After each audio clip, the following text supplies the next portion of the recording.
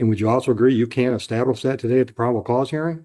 That doesn't do it though. Don't lecture me, counsel. I've been doing this longer than you've been alive. I do not believe this is what the statute was meant to, and it does not fit the facts of the Duha case. Duha's case. All right, we ready? Yes, sir. All right. Sit down, make yourself comfortable. Preliminary. Yeah. We have a Michigan State Police crime lab developed from Northern County, contraband confiscated in this case. The report has been marked as proposed exhibit 1. It shows that the substance was tested, and in fact, this cocaine, I shared it with counsel. I believe we have a stipulation with that. That's correct, Judge. Thank you. And you don't have to jump up to talk to me. I may have put your honor. Sure. Judge, just for the record, Thank you. I'm sorry. You already got it? I would just like to note, Judge, that the amount of that substance is about a quarter of a gram, less than a gram. Okay. Okay. Thank you, Your Honor. So one witness exam will call Officer Gardner. Officer. Oh, he's out? Okay. Officer, all the way up front. Raise your right hand. Swear or affirm to tell the truth, all the truth, nothing but the truth. Come on up. Watch your step on my incline ramp. Make yourself comfortable in that chair. Gardner. Gardner. Guard. No. When you're ready, Mr. Kaplan. Morning, Officer Gardner. You work for the Romulus Police Department. Yes. Taking you back in time to October 5th of 2025 in the afternoon around 5:30. Were you working as a police officer? Yes. Where were you at that time? At that time, I was dispatched to an address on Middle. Do you remember the address on Bill? I don't remember off. If you saw the report, would it refresh your memory?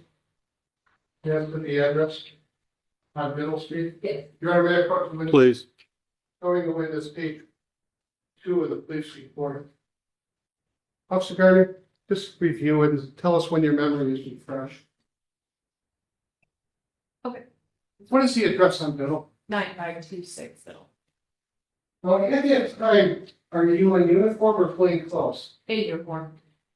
Are you in a marked or unmarked vehicle? In a marked vehicle. Are you alone or do you have a partner? At that time, I was alone. Talk about Middle Street. Why were you at Middle Street? We were dispatched to a male slumped over the wheel of a white Ford Bronco next to the park next to the dumpster. This commentary is created for educational purposes, designed to help those who may be confused or curious about courtroom processes. If you don't find it helpful, feel free to skip ahead. But for those who want a deeper understanding, stay tuned. It's about to get intense. Now, this started as a welfare check. A man reportedly slumped behind the wheel. But the moment the officer describes a needle and later a folded lottery ticket containing a brown powdery substance, this hearing takes a major turn. The real battle won't simply be over whether drugs were found. It will be over whether Michigan's Good Samaritan protection can legally shield Palmer from a possession prosecution. And trust me, the judge is about to challenge that argument hard. How much time passed between when you received the dispatch as to a man slumped over the wheel on Middle Street and when you actually arrived? I don't know the exact time. Approximately. Under 5 minutes? On that day, did you meet a gentleman named John Palmer? Yes. You saw John Palmer again, you recognize him? Yeah. Tell the judge whether you see John Palmer. I did. What is he wearing? A gray hoodie, black pants, sweatshirt. Noted. The record reflect the witnesses identified the defendant John Palmer. Noted. Where do you first see the defendant John Palmer? I'm sorry. Where do you first see the defendant John Palmer? He was in the white Ford Bronco. Is he alone or does he have a passenger? Alone. Is he behind the wheel or is he in the passenger area? Behind the vehicle. What do you notice, if anything, about the defendant? He was slumped over the wheel. I also observed a needle on the slab at that time. What was that? Saying? I observed a needle on the slab at that time. Was he awake at any time? After I knocked on the window, he woke up. How many times did you have to knock on the window? I don't remember the exact amount, probably with 2 or 3. So what do you notice, if anything, regarding John Palmer at this point? He woke up, took what was off of his lap, placed it to the left of him, and rolled down the window. What did he do with it? He took the objects that were on his lap and placed it on the rocks to the left of him. Can you tell the judge what object you're referring to? We recovered a capped needle and a Michigan lottery ticket that was folded up containing a brown powdery substance. But based on what you saw, did you form any inferences as to what might have happened? Yes. What inferences did you draw? At that time, we inferred that he had taken drugs and was experiencing something from that. You used the pronoun we. Who's the second person? Officer Green was signed with me. Solomon Green. What happens to these items that you just described and Judge told me? After they were photographed, we collected them and they were placed on evidence. What happens after that? These are their lab sheet, there's some additions, the lab be tested.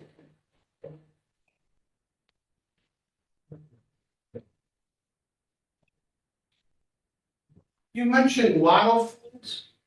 Yes, Do you have any experience with lotto funds in your line of work?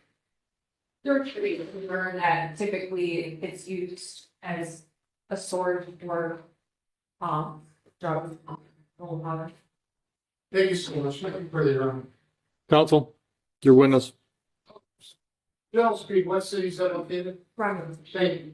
Thank you, Judge. Okay, Officer Garber. So you were dispatched for a welfare check. Correct. The dispatch related that there had been a 911 caller. Correct. And that 911 caller had said that a man had been slumped over his steering wheel for several hours. Yes. You understood your job to be checking on this man's welfare. Judge, Your Honor. That's not relevant. That's what she does. She's already answered. Go ahead. And that's reflected in your report? Yeah. And you weren't there for a fight? No. And you weren't there for any other criminal activity? No. When you got there, you saw that a man was unconscious. He was slumped on the wheel. Okay. Was that a yes or no, mister? Yes. And you saw a needle in his lap? Yes. And you recognize that to be drug paraphernalia? And this led you to believe that he could be unconscious due to drug use? Yes. And you and your partner asked the questions of his drug use? Yes. And you asked those questions so you thought he might overdose? Your Honor, we would move to strike the answer of unconsciousness. She's not in a position to tell you that. She's not an ER doctor. She can tell you he wasn't awake, but how does she know whether he was unconscious? Response. Asking her what she observed. She can observe whether or not somebody is awake or conscious or what have you. But there's a distinction between being conscious. I'm not asking her for a mental health. Okay, we're going to talk one at a time. I'm sorry. Go ahead. I know it's not a really important point here, but there's a distinction between being unconscious and being asleep. I'm not asking her to make a medical conclusion, Judge. I'm just asking her what she observed. Okay, I'll allow it. I can weed the shaft from the wheat. And you were asking those questions because you thought he might overdose. Objection relevancy. Either had drugs or didn't have drugs. What's the relevance? Judge, I'm asking questions that fall within the statute that my client is charged under. And I'm allowed to ask those questions. Has to be relevant, Your Honor. Yeah. And it is relevant. Then explain why it's relevant. It's relevant because this was a welfare check. Somebody was calling because they were concerned for my client's well-being. And I'm trying to gather information about what state my client was in. Then ask her what state your client was in. You're asking her the reason she asked these questions. Those aren't relevant. The reason she's asking her questions aren't relevant.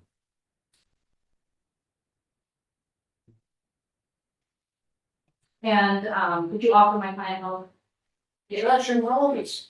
I'm What asking, matter? it does matter. I'm asking her what happened in this matter. And how this situation ended, Judge. What's it matter? He's charged with possession.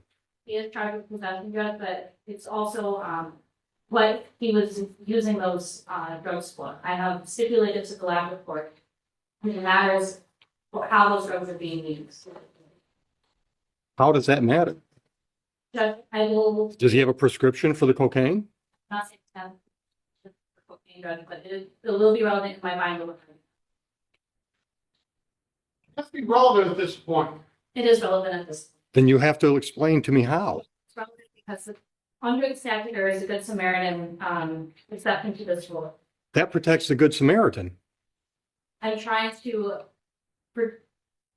get answers from Officer Gardner to show that that was a warranted call for Mr. Palmer's welfare. And Mr. Kaplan is not allowing me to do so. Okay, but doesn't that statute protect the Good Samaritan? No, the statute protects the person who is using. There's no law of that. In fact, Yes, there is. It is. I didn't interrupt you. I'm sorry, I thought you were done. You took a pause. Go ahead. There's no law of that effect. Now, there is some case law where if you have dope, you take it to the police station, you could relinquish. In this case, he fell asleep with the drugs on his person. How does that make him a good Samaritan? He's a bad Samaritan. May I please cite the law? Sure.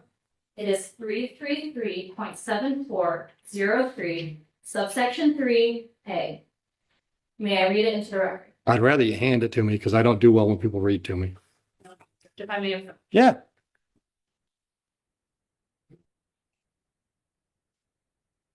So your argument is that Mr. Palmer's been presented for assistance by another individual?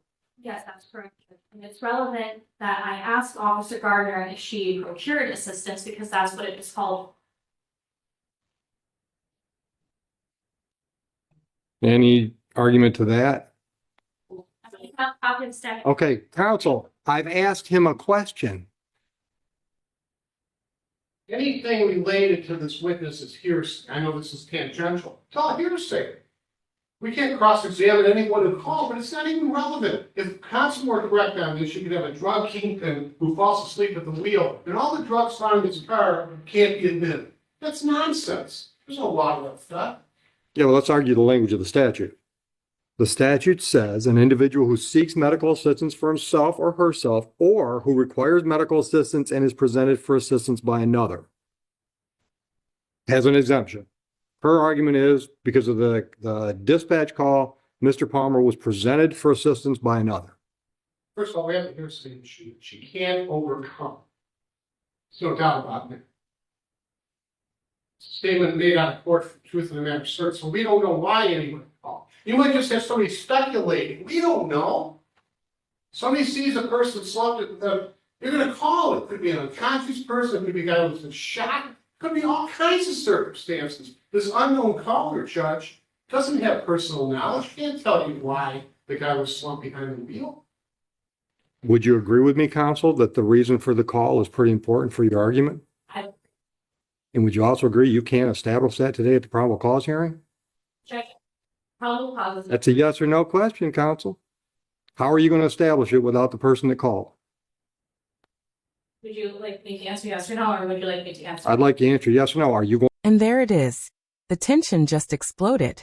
The defense is arguing that Palmer required assistance and was effectively presented for help by another person, which could matter under the Good Samaritan exception they're raising. But the judge sees a serious evidentiary gap. The anonymous 911 caller isn't here to establish exactly why the call was made. At a probable cause hearing, that distinction could be crucial. Do you think the officer's observations and the medical response are enough? Or does the defense need stronger evidence from the actual caller? Going to be able to establish that today? Yes. Good luck. How are you going to do it? Judge, I'm trying to, again, procure answers from Officer Gardner as to why she was there, how she was able to assist Mr. Palmer in doing those things. She has answered affirmatively. That doesn't do it though. That she was there. Presented for assistance by another individual. So she can't tell you why that individual called. Judge, the purpose of this law is for. Counsel, I understand the purpose for the law. That doesn't help us today. Today's a probable cause hearing. Understand that the purpose also for the probable cause hearing, yes, is to establish. Don't lecture me, counsel. I've been doing this longer than you've been alive. I understand the purpose for a probable cause hearing. Okay?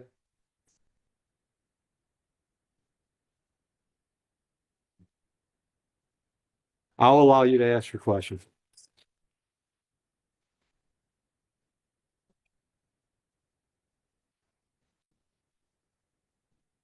I'm sorry.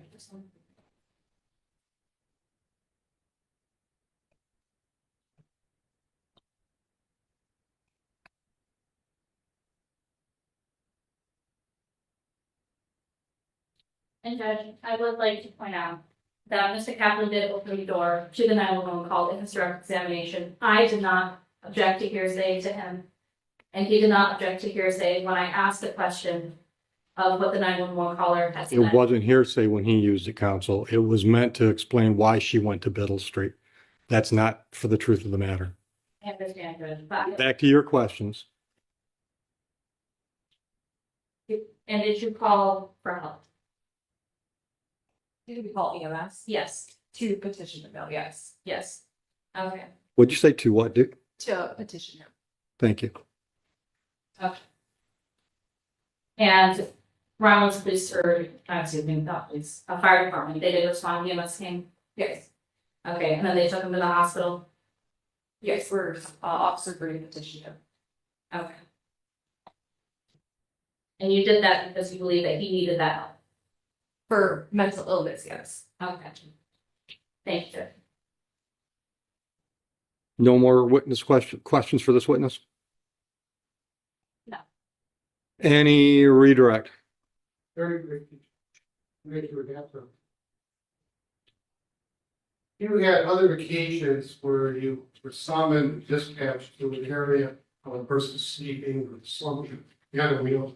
Yes, Are there many circumstances that could cause him, yes, like physical illness, yes, like overdosing, yes, like using too many drugs, yes, lack of sleep? yes. Any recross? Go ahead. You search the vehicle, right? It's, Actually, outside the scope of finding that. Judge, it's relevant, I'm just trying to lay a little bit of foundation. But it's outside the scope. May I approach this witness? Sure. Morning, counsel. Do you recall writing a report? Yes.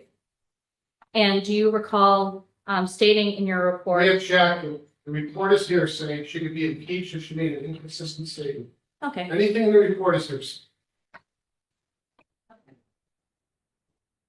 Do you recall evaluating whether he needed medical attention due to the state that he was found in? Checked and relevant.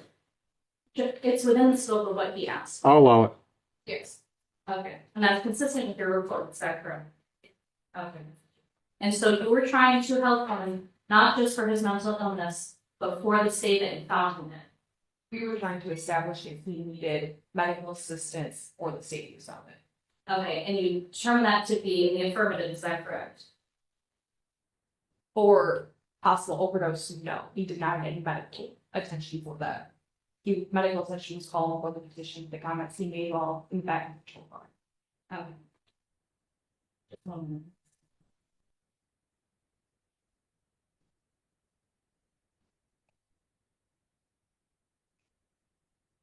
Try to have this. Sure.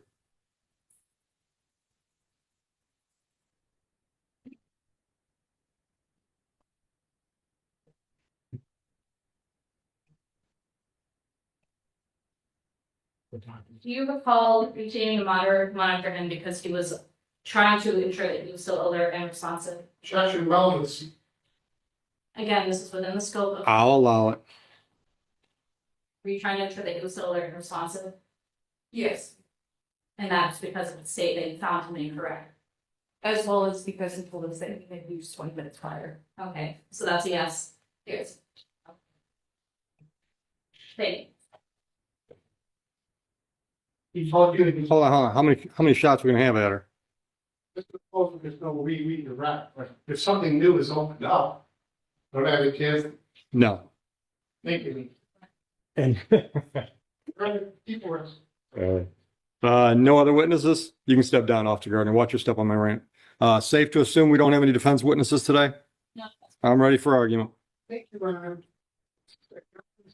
Very simple case, happens every day, comes in any large municipality. People fall asleep in their cars. Why? Why do people fall asleep in their cars? Sometimes they play. Sometimes they meditate. Sometimes they overdose. Sometimes they consume too much alcohol. Sometimes they're hiding. In this case, the officer responds, they see this John Palmer gentleman slumped behind the wheel, and they don't know, Judge. They acted appropriately. I mean, the guy could have been in the throes of overdose where he needed medication. We don't know that. But we do know, Judge, that he was in possession of drugs. And very interesting, brought out on recross was, he told them. He said, yeah, 20 minutes ago I used cocaine. Judge, it's possession of cocaine now. There's some perhaps at circuit court level. If so, we will learn something new today. Thank you, Ron. Counsel. Yes, Judge. The defense had presented, Your Honor, with the statute 333 civil force charges. So Section 3A of the Good Samaritan exception to simple possession prosecution. Judge, that exception requires that police are there for a medical emergency because of drugs. That is reflected in her report. That is reflected in her direct testimony that the people are quite honestly ignoring.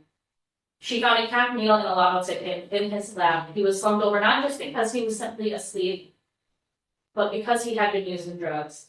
That was an inference of a drug overdose. The people had stated that, you know, that Officer Gardner had testified that my client had said that he had only used 20 minutes sooner, but she had also, excuse me, I'm sorry. She had testified that the 911 caller had said that this person had been slumped over the wheel for several hours. It is also required that, that the drugs are in a small quantity. When I made the stipulation to the lab report, I did note for the record that it's about 1/4 of a gram of drugs. Less than 1 whole gram. And I'm sorry, I had a sugar packet for you, Judge. A sugar packet, an equal packet, is 1 gram of drugs. Mr. Palmer had on him 1/4 of that. That is most certainly the amount of personal use. And it is a defense only to simple possession. So nothing about a kingpin, nothing about somebody who has a ton of drugs in their car. It is a statute or a law designed specifically for somebody in Mr. Palmer's situation. Police arrive because of that 911 call of an unconscious man. They find that unconscious man with needle in his mouth. They get him the medical attention. And they find a very small amount of drugs on him. And again, Judge, this is something that is designed for people just like Mr. Palmer, and as such, rule over dismissal. And I would also, I'm sorry, like to say, the Michigan Court of Appeal case that highlights this perfectly. This is People of the State of Michigan versus Justin Edward Duha. The LC number is 22. It's a published case 3115. And it's a very similar situation in which an individual is overdosing. Somebody calls 911 to get him medical attention, and the Court of Appeals found. And it is important to note that this person also said that he did not want help, or he did not want medical attention. And the Court of Appeals found that this did fall within the Good Samaritan exception to the statute. And if I could please present this to the court. Sure. Presenting the people of the patent. Mr. Kaplan, in response.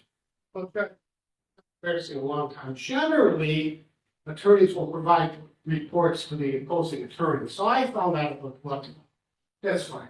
Judge, even if you find it's cockamamie claim, it's an affirmative defense, and they at circuit court would have the burden of coming forward and evidence, and then we would have to repel it if it is an offense. But in this case, Judge, not only did he have a dope with him, but he admitted he had just ingested it. She can't tell you that any Good Samaritan was calling about drugs. She just wanted to know, meaning whoever called, Judge. And I can't cross-examine it. I'd like to cross-examine that person, Judge. And, you know, I would ask some probing questions of them. And ultimately, you know what that witness would say, Judge? If she exists, she'll say, I don't know. I saw a guy slumped over the wheel. Thank you. All right. Thank you both. I'm going to bind over. Number one, I don't think it's an appropriate argument for probable cause hearing. And number two, I do not believe this is what the statute was meant to, and it does not fit the facts of the Duha case. Duha's case, the defendant's mother called after she I just looked in. So here's the final breakdown. The defense argued that Palmer's small amount of drugs, his condition behind the wheel, the welfare call, and the officer's concern about possible medical assistance placed him within Michigan's Good Samaritan exception. The prosecution pushed back, arguing the anonymous caller's reason for seeking help could not be properly established, and that the facts were different from the case cited by the defense. Ultimately, the judge rejected the argument at this stage, found the cited case factually different, and bound Palmer's case over for further proceedings. This is an important reminder that statutory protections can depend heavily on precise facts and evidence, not simply the broader circumstances surrounding an arrest. If you found this case as shocking as we did, make sure to hit that like button, share your thoughts in the comments, and don't forget to subscribe for more jaw-dropping courtroom breakdowns. And checked on him and he was not okay. He was unresponsive. I tried to wake him up and shake him, but defendant did not respond. Totally different situation than if some anonymous caller saying, hey, there's a guy sleeping in a car. Bond over. AOI 7726, 9 a.m. Bond will be continued. Good luck downtown, Mr. Palmer.